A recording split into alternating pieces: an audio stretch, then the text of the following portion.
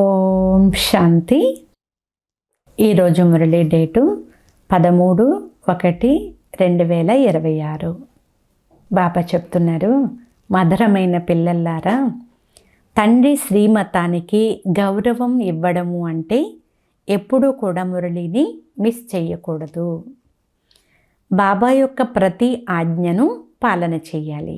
ఇదే బాబాకు మనం ఇచ్చే గౌరవం. ఈరోజు మురళిలోని ప్రశ్న, పిల్లలైన మిమ్మల్ని ఒకవేళ ఎవరైనా మీరు కుశలముగా ఉన్నారా అని అడిగితే మీరు రెప్పపాటులో ఏమని జవాబు చెప్పాలి? సమాధానము, పరబ్రహ్మములో ఉండేవారి గురించి చింత ఉండేది, వారే ఇప్పుడు లభించేశారు, ఇంకా ఏం కావాలి? పొందవలసినది పొందేశాము అని చాలా నషాతో చెప్పండి. ఈశ్వరీయ పిల్లలైన మీకు ఏ విషయం గురించి చింత లేదు.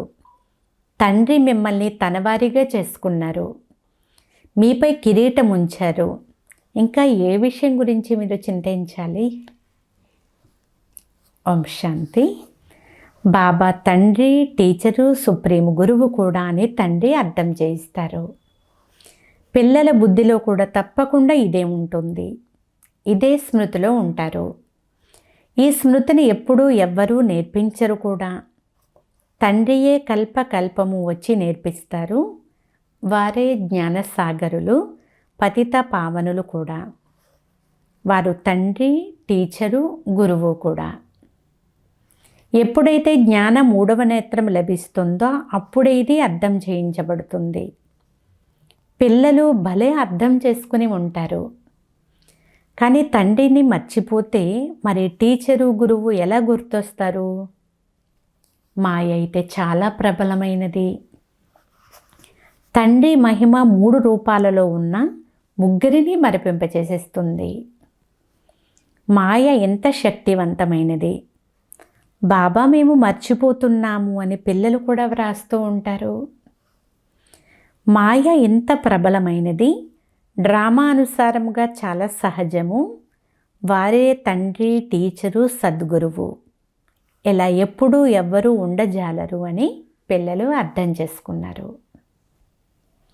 నిజం నిజం, ఇందులో బడాయిలు మొదలైన విషయాలైతే ఏమీ లేవు. లోపల ఇది అర్థం చేసుకోవాలి కదా. కానీ మాయ మరిపింపచేసేస్తుంది. మేము వాటమి పాలవుతూ ఉంటే అడుగడుగులో పదమాలు ఎలా పొందగలము అని అంటారు. పద్మాల గుర్తు దేవతలకే చూపిస్తారు, అందరికీ అలా చూపించరు. ఇది ఈశ్వరుని చదువు, మనుష్యులది కాదు. ఈ చదువు ఎన్నటికీ కూడా మనుష్యులది కాజాలదు. భలే దేవతలను మహిమ చేస్తారు.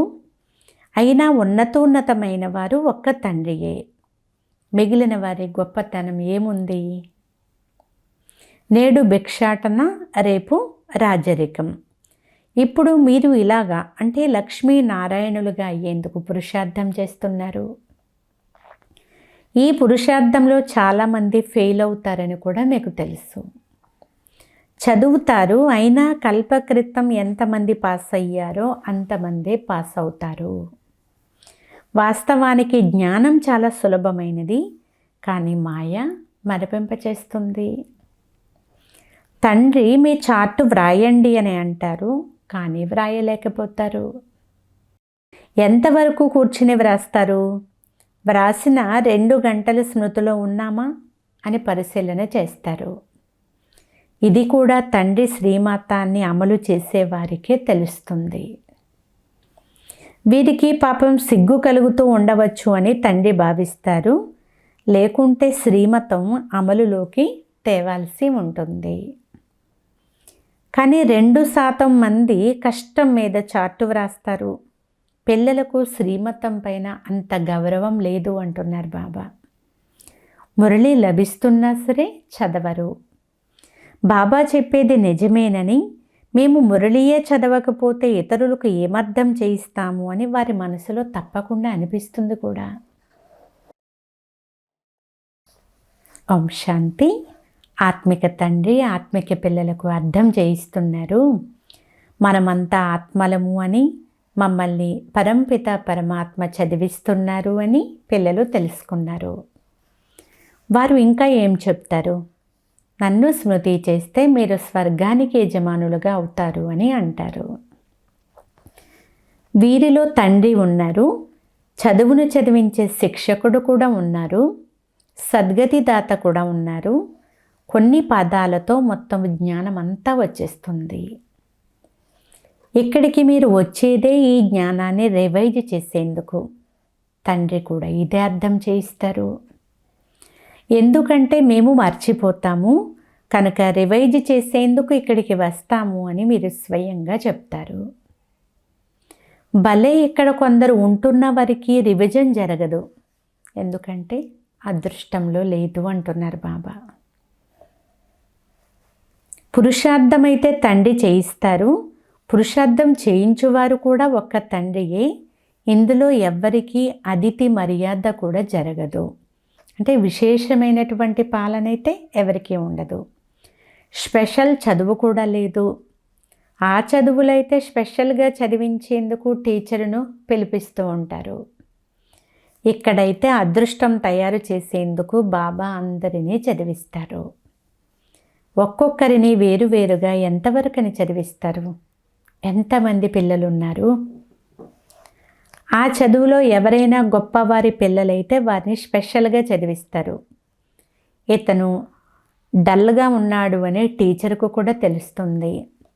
అందువలన అతడిని స్కాలర్షిప్కు యోగ్యునిగా తయారు చేస్తాడు. ఇక్కడైతే తండ్రి అలా చెయ్యరు.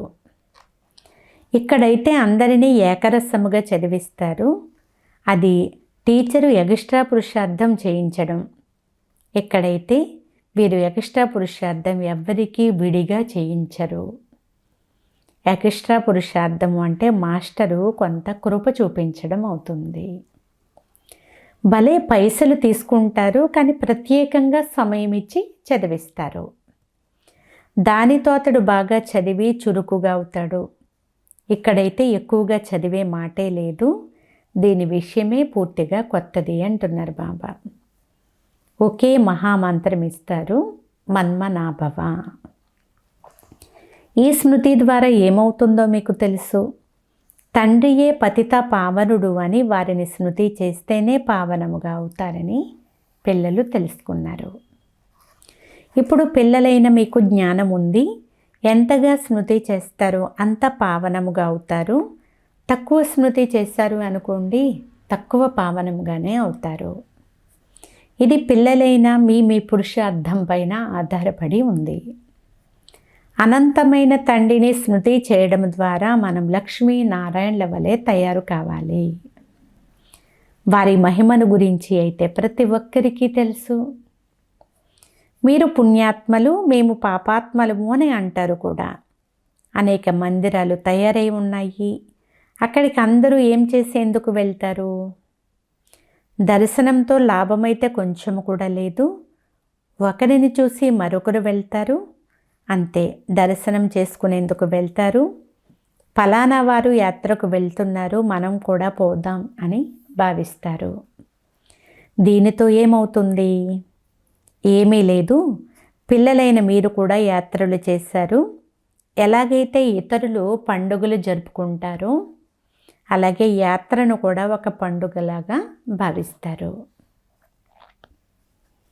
ఇప్పుడు మీరు స్మృతి యాత్రను కూడా ఒక పండుగగా భావిస్తారు. మీరు స్మృతి యాత్రలో ఉంటారు. ఉన్న మాట అయితే ఒక్కటే, మన్మనాభవ. మీది అనాది యాత్ర. వారు కూడా ఈ యాత్ర మేము అనాదిగా చేస్తూ వచ్చామని అంటారు. కానీ ఇప్పుడు మేము కల్పకల్పము ఈ యాత్ర చేస్తామని జ్ఞాన సహితముగా మీరు చెప్తారు. తండ్రియే వచ్చి యాత్రను నేర్పిస్తారు. వారు 4 ధామాల యాత్ర జన్మజన్మలు చేస్తూ ఉంటారు. ఇక్కడైతే అనంతమైన తండ్రి అంటున్నారు, నన్ను స్మృతి చేస్తే మీరు పావనముగా అవుతారు. యాత్రల ద్వారా మీరు పావనముగా అవుతారని ఇంకెవ్వరూ ఎప్పుడు చెప్పరు. మనుషులు యాత్రకు వెళ్ళే సమయంలో తప్పకుండా పావనంగా ఉంటారు. ఈ రోజుల్లో అయితే అక్కడ కూడా అపవిత్రత, అశుద్ధత ఉంటుంది. పావనంగా ఉండడం లేదు. ఈ ఆత్మిక యాత్ర గురించి ఎవ్వరికీ తెలియదు. మీకైతే ఇప్పుడు తండ్రి అర్థం చేయించారు. ఈ స్మృతి యాత్ర సత్యమైనది. ఆ యాత్రలో తిరిగేందుకు వెళ్తారు. అయినా ఎలా ఉండేవారు అలాగే ఉండిపోతారు. భ్రమణం చేస్తూనే ఉంటారు. ఎలాగైతే వాస్కోడిగామా సృష్టి చక్రం చుట్టి వచ్చాడో అలా ఇక్కడ తిరుగుతూ ఉంటారు. 4 దిక్కుల ప్రదక్షిణ చేసినా కూడా ప్రతి క్షణం దూరంగా ఉండిపోయాము అనే పాట కూడా ఉంది కదా. భక్తి మార్గంలో భక్తులు నలువైపులా యాత్రలు చేస్తారు. తిరిగి ఇంటికి వచ్చి ఈ పాట పాడుకుంటారు. నలువైపులా తిరిగి వచ్చాము, అయినా మేము నీ నుండి దూరంగానే ఉన్నాము అని. భక్తి మార్గంలో అయితే వారితో ఎవ్వరూ కలపలేరు. భగవంతుడు ఎవ్వరికీ లభించలేదు. భగవంతుడి నుండి దూరంగానే ఉన్నారు.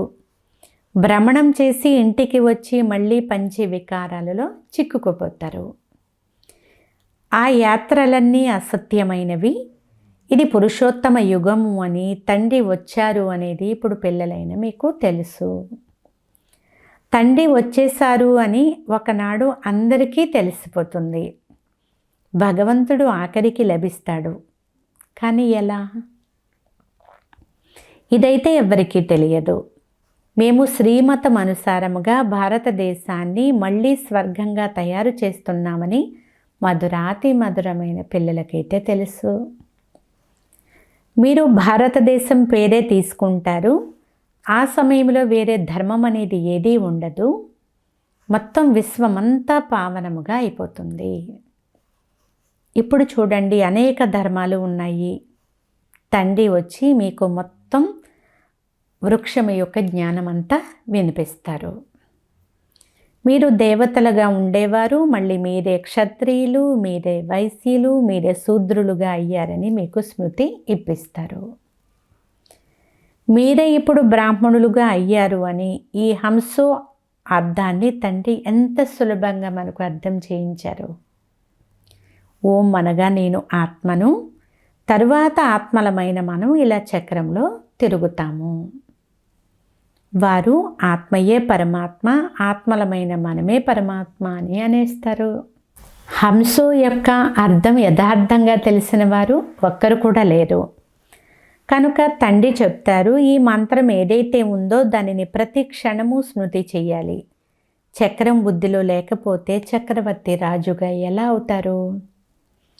ఇప్పుడు ఆత్మలమైన మనం బ్రాహ్మణులము, మళ్ళీ హంసో అంటే దేవతలుగా అవుతాము. ఇది ఎవరినైనా వెళ్ళి అడగండి, ఎవ్వరూ చెప్పలేరు. వారికైతే 84 జన్మల అర్థం కూడా తెలియదు. భారతదేశ ఉత్థానము మరియు పతనము మహిమ చేయబడ్డాయి. ఇది సరి అయినదే. సత్తు ప్రధానము, సత్తు రజో తము, సూర్యవంశీ, చంద్రవంశీ, వైశ్యవంశీ. ఇప్పుడు పిల్లలైన మీకు అన్నీ అర్థమయ్యాయి. బీజరూపుడైన తండ్రినే జ్ఞాన సాగరుడు అని అంటారు. వారి చక్రములోకి రారు. జీవాత్మలమైన మనం పరమాత్మ అయిపోతామని కాదు. తండ్రి తమ సమానముగా నాలెడ్జ్ఫుల్గా తయారు చేస్తారు. గాడ్ తమ సమానంగా తయారు చెయ్యరు. ఈ విషయాలను చాలా బాగా అర్థం చేసుకోవాలి. అప్పుడే కదా బుద్ధిలో చక్రం తిరగగలదు. దానికే స్వదర్శన చక్రము అని పేరు పెట్టారు. మనము ఎలా ఈ 84 జన్మల చక్రంలోకి వస్తామో మీరు బుద్ధి ద్వారా అర్థం చేసుకోగలరు. ఇందులో అన్నీ వచ్చేస్తాయి. సమయం కూడా వస్తుంది, వర్ణము కూడా వచ్చేస్తుంది, వంశావళి కూడా వచ్చేస్తుంది. ఇప్పుడు పిల్లలైన మీ బుద్ధిలో ఈ జ్ఞానం అంతా ఉండాలి. జ్ఞానము ద్వారానే కదా ఉన్నతమైన పదవి లభిస్తుంది. జ్ఞానము అంటే ఇతరులకు కూడా ఇస్తారు. ఇక్కడ మీతో ఎటువంటి పేపరు మొదలైనవి నింపించరు. ఆ స్కూల్స్లో అయితే పరీక్షలు జరిగినప్పుడు ప్రశ్నపత్రాలు విదేశాల నుండి వస్తాయి. ఎవరైతే విదేశంలో చదువుతూ ఉంటారో వారికైతే అక్కడే రిజల్ట్ వెలువడుతూ ఉండవచ్చు. వారిలో కూడా ఎవరైనా గొప్ప ఎడ్యుకేషన్ అథారిటీ ఉంటే పేపర్లు దిద్దుతూ ఉండవచ్చు. మీ పేపర్లు ఎవరు పరిశీలన చేస్తారు? స్వయంగా మీరే పరిశీలన చేసుకుంటారు. స్వయాన్ని ఎలా కావాలనుకుంటే అలా మీరు తయారు చేసుకోవచ్చు అని బాబా అంటున్నారు. పురుషార్థంతో ఏ పదవి కావాలనుకుంటే ఆ పదవి తండ్రి నుండి తీసుకోండి. ప్రదర్శని మొదలైన వాటిలో కూడా ఏమవుతారు? దేవత అవుతారా, బారిస్టర్ అవుతారా, ఏమిగా తయారవుతారు? ఇలా అడుగుతారు కదా. ఎంతగా తండ్రిని స్మృతి చేస్తారో, సేవ చేస్తారో అంత ఫలము లభిస్తుంది. ఎవరైతే తండ్రిని బాగా స్మృతి చేస్తారో వారు మేము సర్వీస్ కూడా చెయ్యాలని అర్థం చేసుకుంటారు. ఎందుకంటే ప్రజలను తయారు చేసుకోవాలి కదా. రాజధాని స్థాపన అవుతూ ఉంది, మరి అందులో అందరూ కావాలి. బాబా అంటున్నారు అక్కడ మంత్రి ఉండడు. ఎవరికైతే తెలివి తక్కువగా ఉంటుందో వారికి మంత్రి యొక్క అవసరం ఉంటుంది. సత్యయుగంలో మీకు మంత్రి యొక్క అవసరం ఉండదు అని బాబా అంటున్నారు. బాబా వద్దకు సలహా తీసుకునేందుకు వస్తారు. స్థూల విషయాల గురించి సలహా తీసుకుంటారు. పైసలు ఏం చెయ్యాలి, వ్యాపారం ఎలా చెయ్యాలి, ఈ ప్రాపంచిక విషయాలను తండ్రి వద్దకు తీసుకురావద్దు అని బాబా అంటారు. అవును, మరి ఎక్కడ మనసు చిన్నబుచ్చుకుని వెళ్ళిపోరాదు అని ఓదార్చడానికి ఎంతో కొంత అయితే చెప్తారు. అయితే ఇది నా పని కాదు, నాదైతే మీకు దారి చూపే ఈశ్వరీయ వ్యాపారము. ఏ దారి అంటే మీరు విశ్వానికి యజమానులుగా తయారయ్యే దారి చూపించడం నా పని అని బాబా అంటున్నారు. మీకు శ్రీమతం లభించింది, మిగిలినవన్నీ అశ్రీమతాలు. సత్యయుగంలోనిది శ్రీమతము అని అంటారు, కలియుగంలోనిది అసురీ మతము అని అంటారు. అది సుఖధామము. అక్కడ కుశలమా, ఆరోగ్యం బాగుందా అని ఎవ్వరూ అడగరు. ఈ వాక్యం అక్కడ అసలు ఉండనే ఉండదు అంటున్నారు బాబా. ఏమీ కష్టమైతే లేదు కదా, కులసగా ఉన్నారా అని ఎక్కడైతే ఎదురు పడితే ఇదే ప్రశ్న వస్తుంది. ఇందులో కూడా చాలా విషయాలు వచ్చేస్తాయి. అడిగేందుకు స్వర్గంలో అయితే అసలు దుఃఖము ఉండనే ఉండదు. ఇక్కడ ఉన్నదే దుఃఖమయ ప్రపంచము. వాస్తవానికి మిమ్మల్ని ఎవ్వరూ అడగలేరు. భలే మాయ పడవేసేదే అయినా తండ్రి లభించారు కదా. మీరు ఏమంటారు? ఏమిటి మీరు క్షేమ సమాచారాలు అడుగుతున్నారా? మేము ఈశ్వరుని పిల్లలము, మమ్మల్ని ఏం కుశల క్షేమం అడుగుతారు? పరబ్రహ్మలోకంలో ఉండే తండ్రి గురించి చాలా చింత ఉండేది. వారే ఇప్పుడు మాకు దొరికేశారు, ఇంక మేము చింత దేనికి చెయ్యాలి అని అంటారు కదా. మనం ఎవరి పిల్లలము అనేది ఎల్లప్పుడూ గుర్తుంచుకోవాలి. మనం పావనముగా తయారైతే మళ్ళీ యుద్ధం ప్రారంభమైపోతుంది అనే జ్ఞానం కూడా బుద్ధిలో ఉంది. మరి ఎవరైనా మిమ్మల్ని మీరు కులాసాగా ఉన్నారా అని ఎప్పుడు అడిగినా మేము సదా సంతోషంగానే ఉన్నాము అని చెప్తారు. జబ్బుగా ఉన్నా తండ్రి స్మృతిలో ఉంటారు. మీరు స్వర్గంలో కంటే ఎక్కువగా ఇక్కడే సంతోషంగా ఉంటారు సంగమయుగంలో. ఎందుకంటే స్వర్గంలో చక్రవర్తి పదవిని ఇచ్చే తండ్రి మనకు ఇప్పుడే లభించేశారు. వారు మమ్మల్ని ఇంత యోగ్యులుగా చేస్తే మాకు చింత ఏముంది? ఈశ్వరుని పిల్లలకు చింత ఏముంది? అక్కడ దేవతలకు కూడా చింత లేదు. దేవతలపైన ఈశ్వరుడు ఉన్నారు. మరి ఈశ్వరుని పిల్లలకు ఏదైనా చింత ఉండగలదా? బాబా మనల్ని చదివిస్తారు. బాబా మా టీచరు, మన సద్గురువు. బాబా మనపై కిరీటం పెడుతున్నారు. మనం కిరీటదారులుగా అవుతున్నాము. విశ్వ కిరీటం ఎలా లభిస్తుందో మీకు తెలుసు. తండ్రి కిరీటం ధరించరు. సత్యయుగంలో తండ్రి తన కిరీటాన్ని తన పిల్లలపైన ఉంచుతారని కూడా మీకు తెలుసు. ఆ పిల్లలను ఆంగ్లంలో క్రౌన్ ప్రిన్స్ అని అంటారు. ఇక్కడ తండ్రి కిరీటం పిల్లలకు లభించేంత వరకు తండ్రి ఎప్పుడు మరణిస్తాడా, ఎప్పుడు కిరీటం నా తలపైకి వస్తుందా అని పిల్లలకు చాలా ఉత్కంఠత, అంటే ఆసక్తి ఉంటుంది. ప్రిన్స్ నుండి మహారాజుగా అవ్వాలి అనే ఆశ ఉంటుంది. సత్యయుగంలో అయితే ఎలాంటి ఆశలు ఏమీ ఉండవు. సమయానికి పద్ధతి అనుసారంగా తండ్రి పిల్లలకు కిరీటం ఇచ్చి తాను తప్పుకుంటారు. అక్కడ వానప్రస్థం గురించిన చర్చ అంటూ ఏదీ ఉండదు. పిల్లలకు మహళ్ళు మొదలైనవి నిర్మించి ఇస్తారు. ఆశలన్నీ పూర్తవుతూ ఉంటాయి. సత్యయుగంలో సుఖమే సుఖం ఉంటుందని మీరు అర్థం చేసుకోగలరు.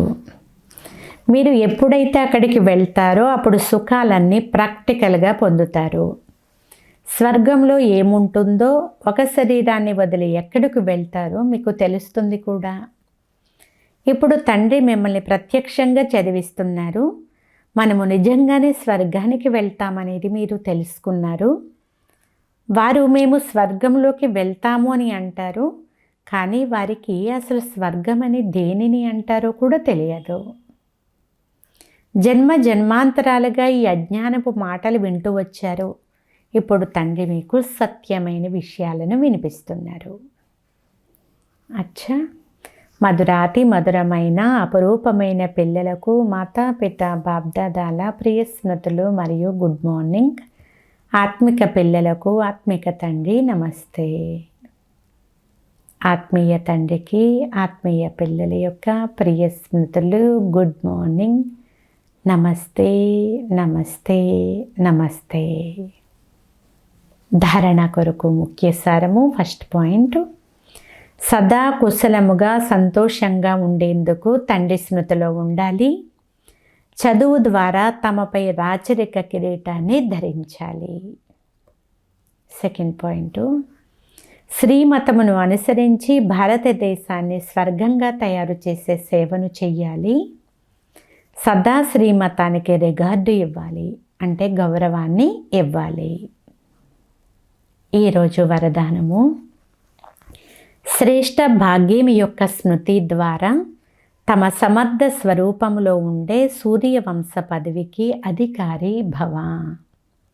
సారాంశము, ఎవరైతే తమ శ్రేష్ఠ పదవిని స్మృతిలో ఉంచుకుంటారో వారు సమర్థ స్వరూపంలో ఉంటారు. వారికి సదా తమ అనాది అసలైన స్వరూపము అంటే ఆత్మిక స్వరూపం స్మృతిలో ఉంటుంది. ఎప్పుడూ కూడా నకిలీ ముఖాన్ని ధారణ చెయ్యరు. చాలాసార్లు మాయ నకిలీ గుణము మరియు కర్తవ్యం యొక్క స్వరూపాన్ని తయారు చేస్తూ ఉంటుంది. కొంతమందిని క్రోధీలుగా, కొంతమందిని లోభులుగా, కొంతమందిని దుఃఖితులుగా తయారు చేస్తుంది. కానీ అసలు సత్యమైనటువంటి స్వరూపము ఈ అన్ని విషయాల కంటే చాలా అతీతమైనది, వేరైనది. ఏ పిల్లలైతే తమ అసలు స్వరూపంలో స్థితమై ఉంటారో వారు సూర్యవంశ పదవికి అధికారులుగా అవుతారు. స్లోగన్, అందరిపై దయ చూపించేవారిగా అయితే అహంభావము, వహంభావము అంటే భ్రమ, సందేహము అన్నీ కూడా సమాప్తమైపోతాయి. ఈరోజు అవ్యక్త సూచన, ఈ అవ్యక్త మాసంలో బంధన ముక్తులుగా ఉండి జీవన్ముక్త స్థితిని అనుభవం చేయండి. మీ రచన అయిన కమల పుష్పము నీటిలో ఉంటున్న నీటి బంధనము నుండి ముక్తముగా ఉంటుంది. మీ రచనలోనే ఇంతటి విశేషత ఉన్నప్పుడు మరి మాస్టర్ రచయితలో లేకుండా ఉంటుందా? ఎప్పుడైనా బంధనములో చిక్కుకున్నప్పుడు మీ ముందు కమల పుష్పము యొక్క ఉదాహరణను ఒకసారి చూసుకోండి. కమల పుష్పము న్యారాగా ప్యారాగా అవ్వగలిగినప్పుడు మాస్టర్ సర్వశక్తివంతులు అవ్వలేరా? ఇలా అనుకుంటే సదా కొరకు మీరు న్యారాగా ప్యారాగా అంటే అతీతముగా మరియు అతి ప్రియముగా అయిపోతారు. అచ్చా, ఓం శాంతి.